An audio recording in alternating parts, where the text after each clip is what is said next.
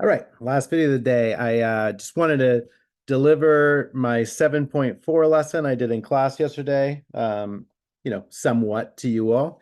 Really enjoy this lesson. It's just I don't think I ever was taught this lesson.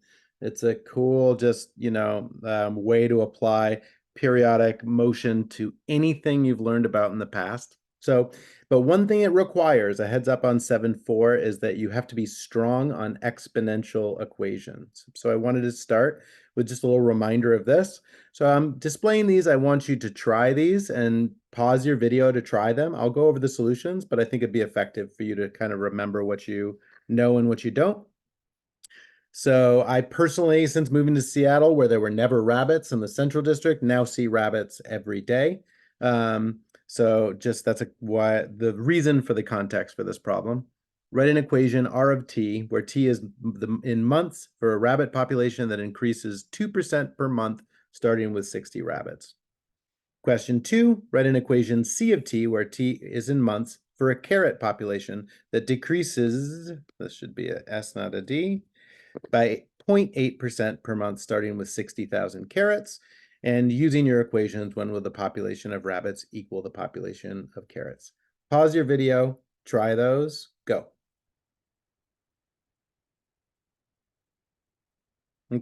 Okay, so having tried those, really the base function for these is y equals ab to the power of x.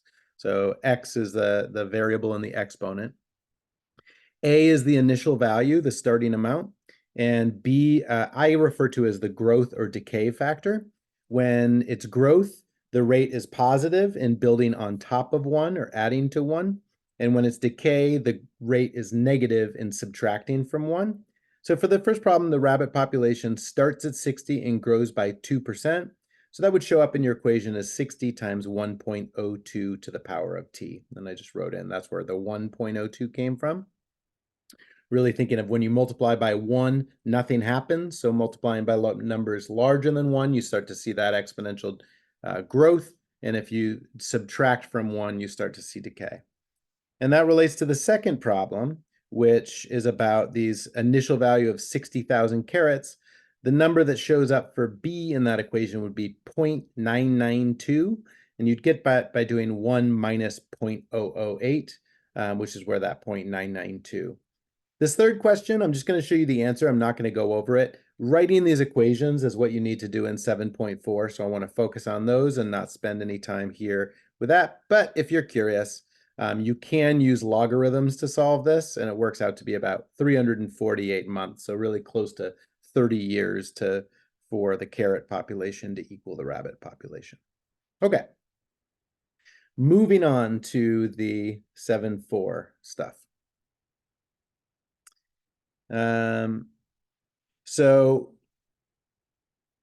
in class, assuming students really hadn't done the 7.4 reading yet, because it was still about 5 days out, I just said, write an equation where t is in months for a rabbit population. Oh, I'll add a little thing is that, oftentimes models are very simple. Like they're good estimates for something, but they don't include little things like we've been talking about how populations and temperatures oscillate and go up and down. So we can kind of bring that oscillation into this equation by bringing up that for a rabbit population, if it's not just growing, but also year by year going up and down, I said, try to write an equation for a rabbit population that fluctuates by 100 rabbits based on the time of year, with a low in January and a high in July, and define those as t is 0 and 6.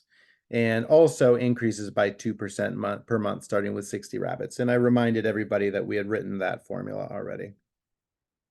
A function of this, and these are the pieces of information I gave from the 7.4 reading. A function in the form a sine of bt plus g of t will oscillate above and below the average given by the function g and t.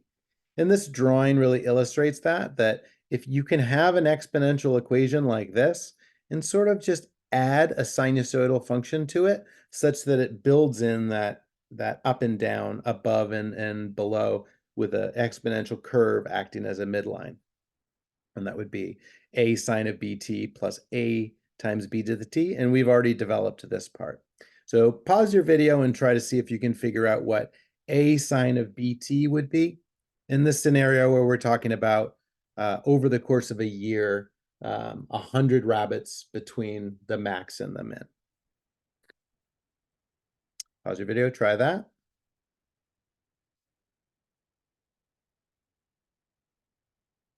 And the second side of this shows the solution, where really what you'd want to use, I think, and this isn't the only way to solve it, but I really recommend you start thinking about a negative cosine function, would put it at 0. I opted to add 50 to this. I'll explain why, but things you needed to get on this is that I would use a negative cosine graph to start at the minimum, and that's that minimum value in January. And that would be an amplitude of 50, because remember the amplitude's measured from the midline to the top or the midline to the bottom. So to fluctuate by 100, that would be an amplitude of 50. Period is 12. We've done a bunch of problems like this. And I did K of 50 because I really wanted to say like, well, we said that it started at 60 rabbits in January. So I just decided to have 0 be the first number and just kind of go above from there. So this would be the equation for that, kind of optional whether you use that plus 50. And then we've also got this base function, about 60 times 1.02 to the t. And if you add those together, like this, you get those combination of functions. Now let me bring that up. I have that open in Desmos.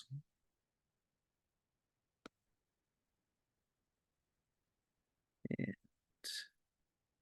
zoom out a little bit, and I'm going to switch my screen share so you can see it.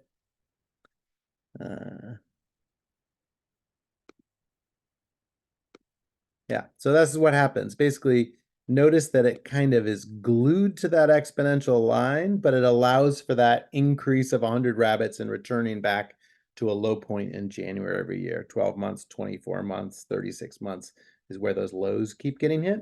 So it sort of does that.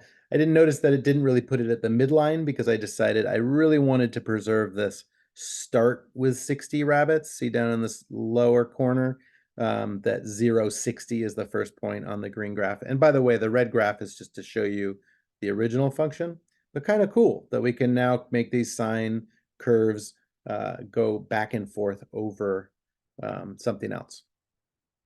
But then I thought if you wanted to level up even more, then you could challenge yourself. And this is, I would say, a challenge beyond what's asked of you in 7.4. Let me switch my share again back to the Word document.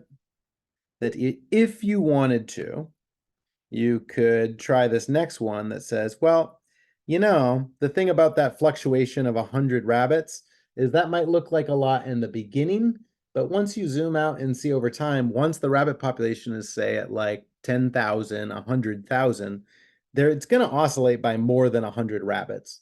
So my next level up asked you to say, see if you can write a function that doesn't fluctuate by 100 rabbits, but by 10% relative to the population, with a low in January and a high in July, and increases by 2%. So in the hint I gave on this one is we can write functions about exponential amplitude by actually using an exponential function at the front. Mind you, this isn't our rabbit exponential function. It's just on the sine or cosine function itself, creating those maxes and mins to be increasingly large or away from the axis. And feel free to pause the video and give it a try. And I'll post this solution as well, but I just wanted to show that this is really the exponential equation you'd want to write just to affect the cosine. So again, with the cosine, negative cosine graph gets you that start at the minimum. The amplitude varies. It doesn't have a consistent amplitude. The period is 12. And so the amplitude is that function where you would write 1.1, which would be, or 110% would represent growth for every month that goes by, multiplied by that negative cosine base function.